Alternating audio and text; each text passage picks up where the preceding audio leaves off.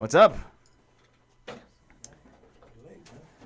We were talking about this app. There's an app that came out on the Google Android market that's called Make Me Asian. Now, people are kind of upset because it gives you squinty eyes and a Fu Manchu. And the idea is that a racist thing? What do you guys think? I don't think it's racist. Oh, Mom? Yeah, you're on. I just throw people on. There you go. You're on. Everything is racist, man. Everything. Fuck, man. Can we cuss? Can we keep it dirty or we keep it clean? Yeah, you say whatever you want. Okay, well, cool, man. Are these headphones for me? Yeah.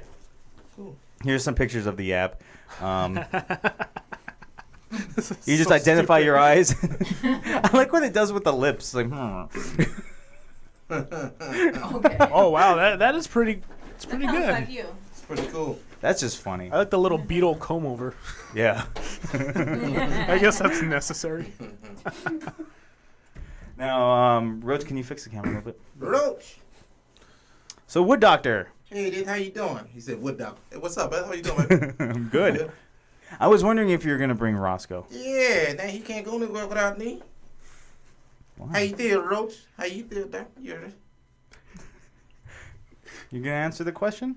What's up? You seem a little afraid. Are you okay? Do you have a little thing against like little people? What? No, nothing like that, man. That's not like Travels around in his own casket.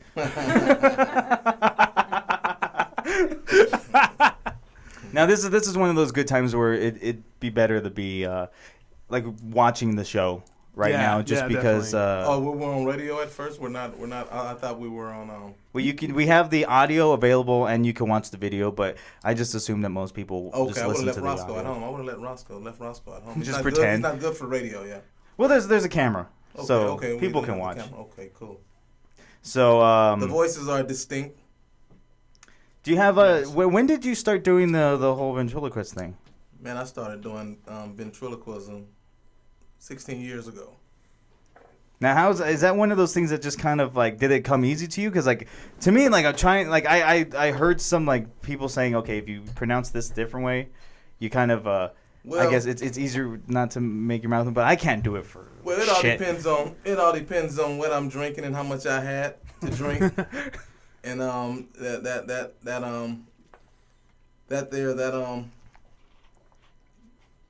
what the fuck are you trying to say now? You gotta be crazy, man. The devil. You gotta be crazy to do this shit. Now, did you do you feel that you kind of that the Roscoe, like, is that kind of like your id? Roscoe is my alter ego. Mm-hmm. Everyone has a Roscoe, but I just choose to bring mine out on stage with me. You know, some people walk around talking like they're Roscoe. You know when you see crazy people just walking around talking to themselves. Mm-hmm. You walk, motherfucker. No, you walk, motherfucker. You walk. That's their Roscoe. I always say just give those people Bluetooth and they just look normal. Yeah, that's what I do. I normally put the Bluetooth when I'm on the freeway, when I'm practicing going from gig to gig. I put the Bluetooth in my ear. That way people they see me talking to myself. They don't realize that I'm practicing really. But I just, I don't want to look like a fool. I don't want to look like Roscoe as my alter ego sitting, my invisible, Roscoe sitting next to me, Now, did it feel like comedy was one of the things that you would like? It just made sense, comedy and the ventriloquism. Yeah, Ventriloquist? Am I saying it wrong? Well, ventriloquism is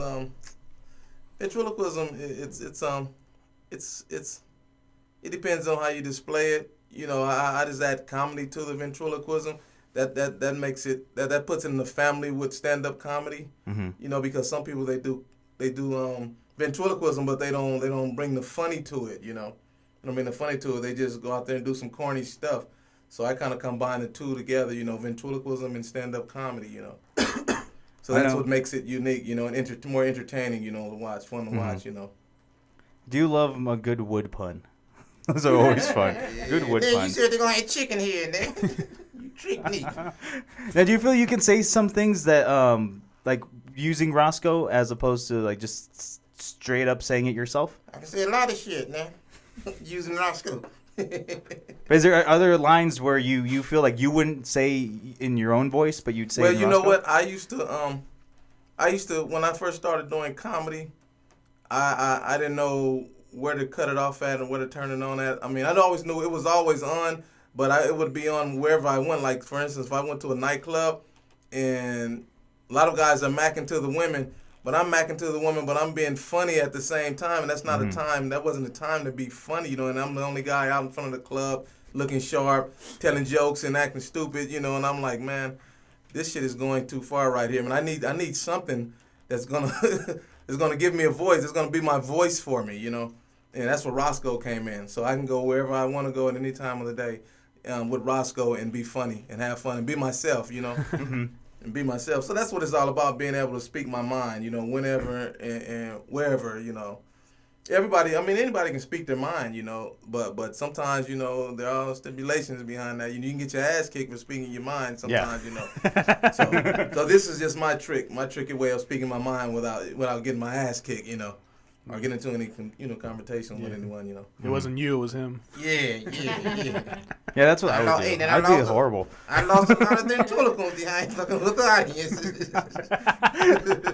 Have you ever wild someone up or riled someone up so bad that they want to jump on stage and charge you? All the time, man. All the time. Yeah. All the time. We get that all the time, you know. But we have a saying. You want to say? Yeah. I am Roscoe. I can talk. I'm Roscoe. I am multi-talented. I can talk, make you laugh, and piss you off at the same time.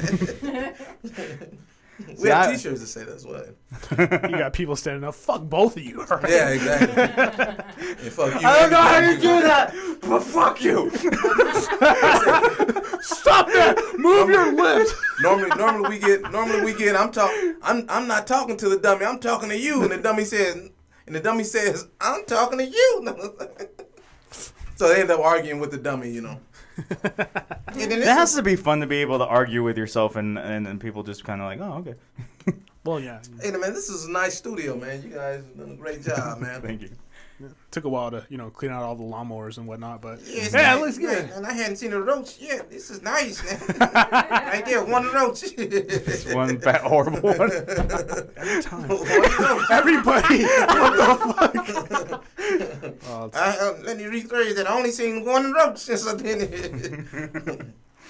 So as when you started in comedy, how was it? Did you start with Roscoe or did you merge them together? I started on what camera am I on?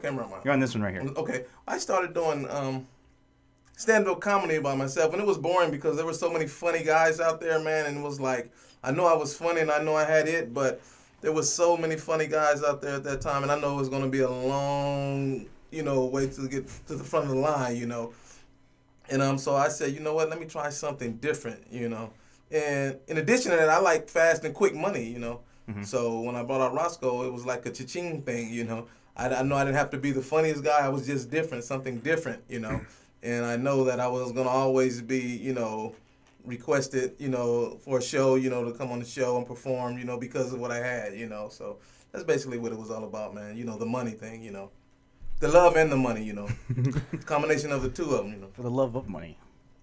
Now as for breaking yourself apart from everyone else, how do you feel you what kind of audience do you feel like you adhere to a little bit more? I adhere to the older audience, I would say 40 plus, let's say 30, 35 plus, 35 and up, Mainly the older audience because they come from the vaudeville era, Mm-hmm. And this right here is just like a brand new, like what's old is new again, that type of thing for them, The younger audience, this is something totally new to them. They don't get it, because it's brand new to them, so they don't get what the older people get, This to them it's just corny. It's a corny. Is that my phone? Yes, it is. To them, it's just a corny thing, man. A corny thing, Until they see us perform, they realize that this thing has what do the kids call it today? The kids today call it swag. They realize that Roscoe has swag, so that's what gets me over with the younger audience. There is that kind of mentality going around right now where it's like this hipster thing, to where it's hip to be square, right. Type, yeah. And I'm not saying that I'm not saying square or anything, but what I'm saying is it's something like you were saying. It's something of like an older nature, when it comes to our culture, because you don't see people really. You don't see too many ventriloquist acts out there. Hey, now, first off, he ain't no ventriloquist. This is not human mobility.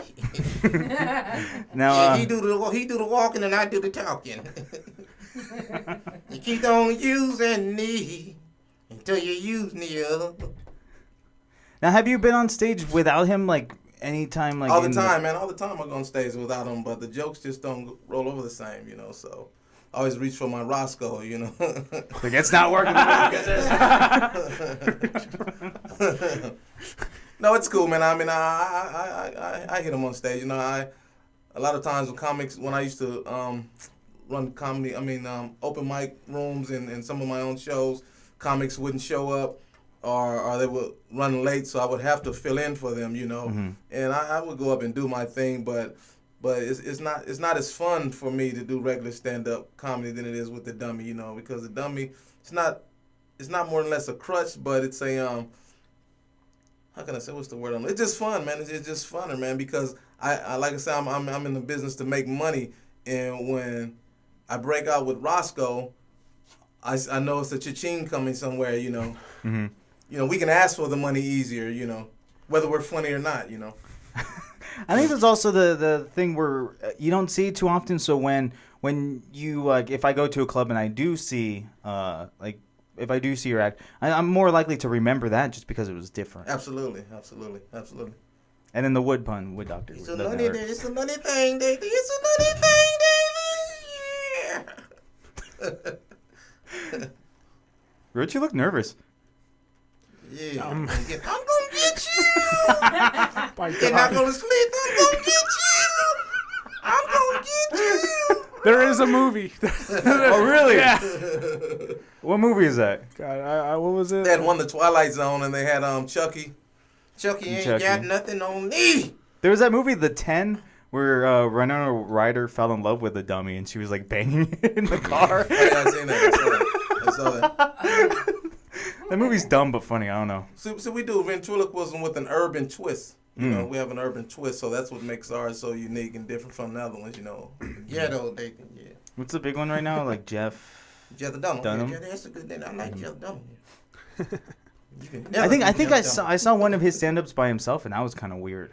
Jeff Dunham he's hilarious, man. A lot of people don't think that Jeff Dunham can do regular stand-up without the dummy, but I saw on his own shows he started the show off with doing stand-up comedy. Yeah. And he's pretty funny, man. He's hilarious. His audience loves him. Mm-hmm. They love him, Then they have the other guy, Terry Fader. I don't know if he does stand-up comedy, but he does $100 million a year in Las Vegas. Oh yeah, that's I guess right. it doesn't matter. I've never heard. Yeah, Well, he's the guy that does he do what I do, Oh. He has like the little country singing.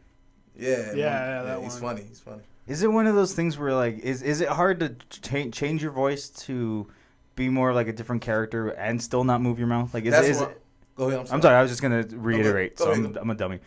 No, that's where I was going earlier when I was saying that it depends on how much I'm drinking, how much I've had to drink. The voices change, and if they don't change, I really don't give a damn. If I have like one I'm of those just sick having fun. days, where like it just sounds really good and you can never do it when you're you're just like normal. Oh yeah. You know what? Actually, the voices come from like guys that I've grown up with. When I was a kid, like the funny guys, older guys and stuff, and they would always make me laugh. Guys that hung out in front of the liquor stores and stuff. So I just took those voices and I passed them on to the dummies. Actually, I have another dummy. His name is Woodcock. I'm not Woodcock. Fat Jack. I do have a Woodcock, but he's not fully developed yet. But we have Fat Jack. Fat Jack now, he's an older guy, with the Marvin Gaye beard, and he sings a lot of old school R&B songs. And we'll be in Vegas this New Year's Eve with him, doing our thing out there on the strip, Yeah. You got a neck away, baby. You got a neck away. What's up, Roach? You all right? I don't know how it's just weird because like he's like I'm here. I just gotta do this. I'm sorry, those eyes scare me. Mine are his. I'll just checking. You can't even look at him. I like that. Did you shake his hand, Roach? No. Wow. Why is that? Why do people have like this fear of like dummies or porcelain dolls? Yeah. You know what's funny? When I'm at Venice Beach, because we perform at Venice Beach during the summertime, and we just working out our craft, when we're walking along up and down the boardwalk, and people they look and they smile from a distance, so we kind of gravitate to them whenever they turn their eyes away from us or turn their head. Next thing you know, they look around and we're right in front of them, and the dummy goes, ah! You should see, man. You see the expressions on their face. Some people holler. Some people take off running. He jumped right into that naked guy on his roller skates. Oh, yeah, that guy right there, yeah. Henry. That's Henry. He's a funny guy. Yeah. Harry C. That's his name, Harry. Skating around in a bright orange Speedo. Yeah, the white one. Yeah, the white one with the turban around his head. He's funny. Those guys are territorial. They hate the dummy and I out there, man. They hate us, man. The guys that just skate around? They all hate us, man, because we're new. We've been out there for 8 years, but those guys have been out there for 25, 15, 25. We're the newest act out there, and knock on wood, I mean, people, they love us out there, They love us, They don't pay us like they love us, but they love us, But those guys are just skating. They're just skating around? Is that what they do? Yeah, they just skate around in the Speedos. And when we're out there, people tell us, you guys belong in Las Vegas. You should be in Las Vegas. And yeah, when we go to Las Vegas, they tell us to take your ass back to Venice Beach, where you come from.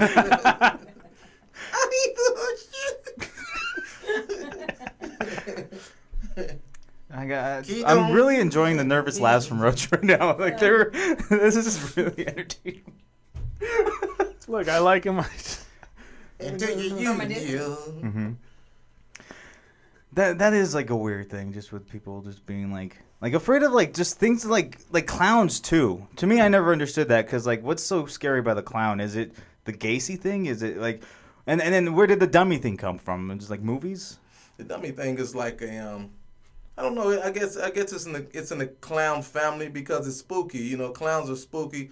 Dummies are spooky. I mean, when I first started doing this, man, the first day that I actually went to purchase this, man, from Hollywood, I had it sitting in my passenger seat, and I would every time I would glance over at it, I would jump, because I wasn't used to someone just like a dead person. When you see it's like a dead person with their eyes open. When you're looking at a person in the coffin, they're just laying there, and you always think the first thing you're waiting for them to jump up. Yeah, exactly, and if you can visualize this the same way, if you really, look at it like Roach is looking at me. Let's have the blinking contest, and whoever blinks first, they lost.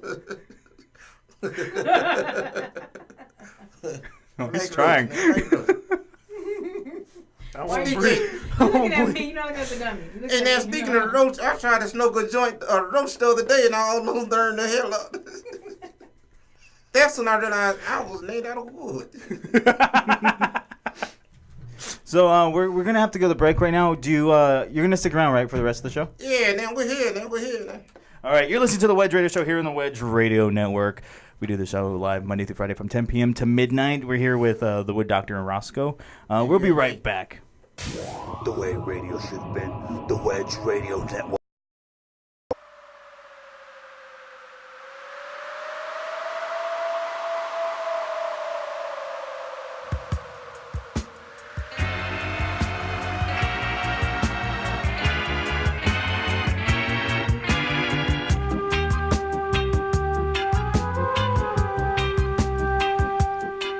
Flavor to it, put the headphones on the dummy. Sure. Roach. I thought I saw him blink at me. Welcome back to the Wedge Radio Show. So, yeah, if you enjoy listening to our show, including the other shows on the network, like I'm Just Saying with LJ Brown, Ripped in Half, and the Midnight Put Down, then you should check us out on Stitcher. Stitcher is an app that you can download on your iPhone, your Android phone, your Kindle Fire, any kind of tablet, pretty much. Reaching for you. All you. Here he comes. Just go to Stitcher.com, or you can go to your app stores. It's very easy, fast, and it's free. I'm gonna wake up next to you. I have dreams of this. Nice. Be like, Roach. Also, if you download the app now, you can enter in a chance to win $100 by typing in the promo code Wedge Radio, all one word. Go Roach. This is really funny to me. Wedge Radio, yeah. Yeah, that's Roach Radio right now. Now the like how are the controls on the inside? Because I've never seen that. Like Well- when you like there's like a mouth thingy-majig Well, or it's just a basic mouth movement, you know, with a trigger that makes the mouth move and a little function that goes from side to side. Like a You know. what is it? Like a gear or something? Yeah, like a little gear. Yeah, it moves from side to side. And I added the little ball that has a little. Don't get up all the secrets now. Anyway, that makes the tongue move right there, you know. So we I kind of like got that wood. Kind of got that going on right I like there, you that. know. Yeah, that's sort of ladies. Roscoe. That's sort of ladies. That's sort of ladies. Getting something they can feel, baby. I love the ladies now. was it kind of hard for a while like to get used to all that or like You know did what, you man? like your hand gets tired after doing it for so long? Well, you know what, man? It's funny that you asked that because I never paid attention to that. You know, I never thought about that. It just comes naturally. You know, it just comes naturally. You know.